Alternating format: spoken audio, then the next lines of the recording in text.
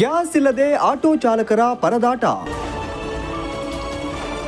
Gas bunk ಮುಂದೆ ಸಾಲುಗಟ್ಟಿ ನಿಂತ ಆಟೋಗಳು.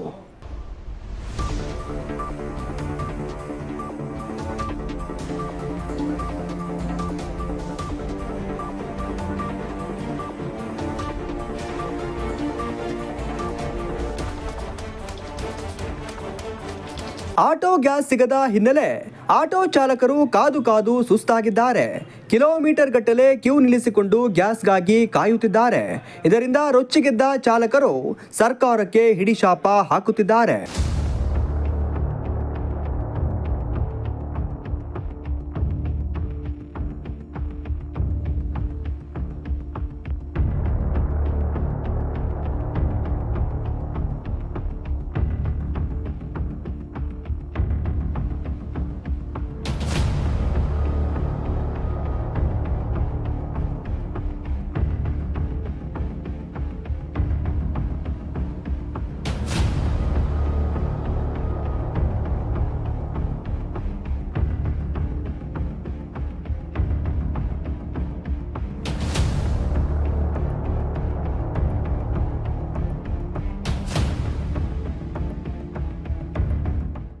ಒಂದೆಡೆ ರೇಟ್ ದುಬಾರಿಯಾದರೆ ಮತ್ತೊಂದು ಕಡೆ ಗ್ಯಾಸ್ಗಾಗಿ ಕಾದು ಕಾದು ಆಟೋ ಚಾಲಕರು ಆಕ್ರೋಶ ವ್ಯಕ್ತಪಡಿಸಿದ್ದಾರೆ. ರಾತ್ರಿ ಇಡೀ ಗ್ಯಾಸ್ಗಾಗಿ ಕಿಲೋಮೀಟರ್ ಗಟ್ಟಲೆ ಕ್ಯೂ ನಿಲ್ಲುವ ಪರಿಸ್ಥಿತಿ ಬಂದಿದೆ ಎಂದು ರಾಜ್ಯ ಸರ್ಕಾರಕ್ಕೆ ತರಾಟೆ ತೆಗೆದುಕೊಂಡಿದ್ದಾರೆ. ಬೆಳಿಗ್ಗೆ ಅಂದ್ರೆ ಲಾರಿ ಅನ್ಲೋಡ್ ಆಗ್ತಿದೆ, ಅರ್ಸಕ್ಕೆ ಇರ್ತಾವ. ಇವಾಗ ಗ್ಯಾಸ್ ಬರ್ತಾ ಇದೆ ಅಂತ ಚಿಕ್ಕಮಗಳೂರಿಗೆ. ಇವಾಗ ಗ್ಯಾಸ್ ಬಂದಿದ ತಕ್ಷಣ ಗ್ಯಾಸ್ ಹಾಕ್ತಾರಂತೆ. ಗ್ಯಾಸ್ ಹಾಕೊಂಡು ಹೋಗೋಕ್ಕೆ ಕಾಯ್ತಿದ್ದೀರಾ? ಎಷ್ಟೊತ್ತಿಂದ ಕಾಯ್ತಿದ್ದೀರಾ? ನಾವು ಇವಾಗ ಒಂದು 3:30 ನಾನು 2 ಗಂಟೆಯಿಂದ. ಬೆಳಿಗ್ಗೆ ಬಂದಾರ ನಾವು 2 ಗಂಟೆಯಿಂದ. ಎಷ್ಟೊತ್ತಿಗೆ ಬರುತ್ತಂತೆ ಗ್ಯಾಸ್? ಬರುತ್ತಂತ ಇಲ್ಲಿದ್ದಾರೆ 5 ಗಂಟೆಗೆ 6 ಗಂಟೆಗೆ ಅಂತಾರೆ, ಗೊತ್ತಿಲ್ಲ ಏನು. 6 ಗಂಟೆ ಹೋಗೋದು ಗ್ಯಾಸ್ ಮಾತ್ರ ಗ್ಯಾರಂಟಿ ಇಲ್ಲ ಇಲ್ಲಿ. ಅಲ್ಲ, ಗ್ಯಾಸ್ ಹಾಕ್ಸ್ಕೊಂಡೆ ಹೋಗೋದಾ?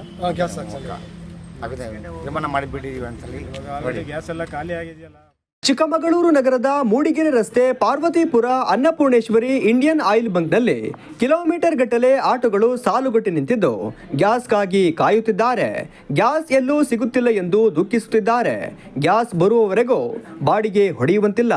ನಾವು ಜೀವನ ಹೇಗೆ ಸಾಗಿಸುವುದು ಎಂದು ಮಾತನಾಡಿದರು. ನಮಸ್ಕಾರ, ನಾನು MT ಜಗದೀಶ್ ಮರೇಬೇಲ್ ಅಂತ, ಆಟೋ ಚಾಲಕರ ಮಾಲೀಕ ಸಂಘದ ಮಾಜಿ ಅಧ್ಯಕ್ಷರು, ಕನ್ನಡ ಸೇನೆ ಜಿಲ್ಲಾ ಉಪಾಧ್ಯಕ್ಷರು.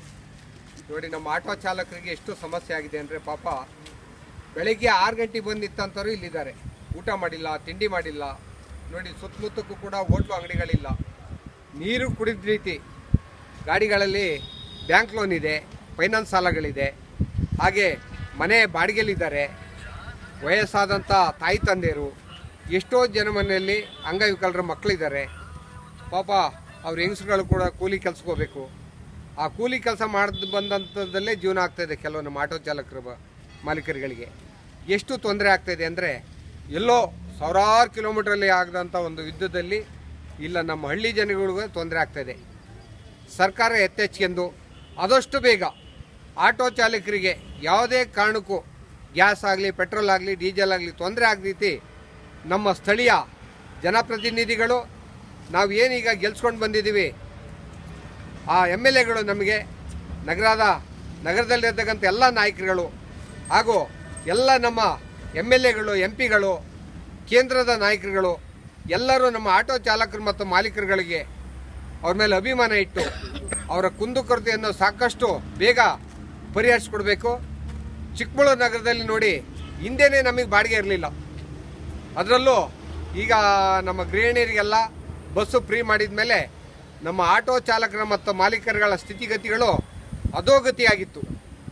ಎಷ್ಟೋ ಜನಗಳು ಪಾಪ ನಮ್ಮ ಆಟೋ ಚಾಲಕರುಗಳು ಮನೆ ಬಾಡಿಗೆ ಕಟ್ತಲೆ, ಮನೆ ಓನರ್ಗಳ ಹತ್ರ ಬೇಯಿಸ್ಕೊಂಡು, ಫೈನಾನ್ಸ್ ಕಟ್ತಲೆ, ಫೈನಾನ್ಸ್ ಓನರ್ಗಳ ಹತ್ರ ಬೇಯಿಸ್ಕೊಂಡು, ಬ್ಯಾಂಕ್ ಖಾತೆ ಕಟ್ಟೋಕ್ಕಾಗ್ದಲೆ ಅವ್ರು ನೋಟಿಸೆಲ್ಲ ಕಳಿಸಿ ಮನೆ ಹತ್ರ ಬಂದು ಅವರೆಲ್ಲ ದಬ್ಬಾಳಿಕೆ ಮಾಡುವಂಥ ಸಂದರ್ಭಗಳು ಸುಮಾರಿದ್ದಾವೆ.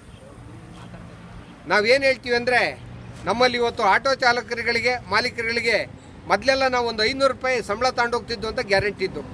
ಇವತ್ತು ಟೋಟಲ್ 500 ರೂಪಾಯಿ ಬಾಡಿಗೆ ಹೊಡೆಯೋ ಪರಿಸ್ಥಿತಿ ಇಲ್ಲ. ಯಾಕೆಂದರೆ ಎಲ್ಲರ ಮಲ್ಲೂ ಕೂಡ 2 ವೀಲ್ ಬೈಕು, ಕಾರ್ಗಳು ಜಾಸ್ತಿ ಆಗಿದ್ದಾವೆ. ಹಾಗೆಯೇ ಸರ್ಕಾರ ಉಚಿತವಾಗಿ ಬಸ್ ಬಿಟ್ಟಿದೆ. ಏನು ನಮ್ಮ ಆಟೋಗಳಲ್ಲಿ ಆಟೋ ನಂಬಿಕೆಂದು ಪ್ರಯಾಣ ಮಾಡ್ತಿದ್ರು ಅವರೆಲ್ಲ ಈಗ ಖಾಸಗಿ ವಾಹನಗಳು ಹಾಗೂ ಗೌರ್ಮೆಂಟ್ ಬಸ್ನಲ್ಲಿ ಓಡಾಡ್ತಾ ಇದೆ. ಆದ್ದರಿಂದ ನಮ್ಮ ಆಟೋ ಚಾಲಕರು ಮತ್ತು ಮಾಲೀಕರುಗಳಿಗೆ ದಯವಿಟ್ಟು ಇನ್ನು ಮುಂದೇನೂ ಕೂಡ ಪೆಟ್ರೋಲ್ ಆಗಲಿ ಡೀಸಲ್ಲು ಗ್ಯಾಸು ತೊಂದರೆ ಆಗೈತಿ.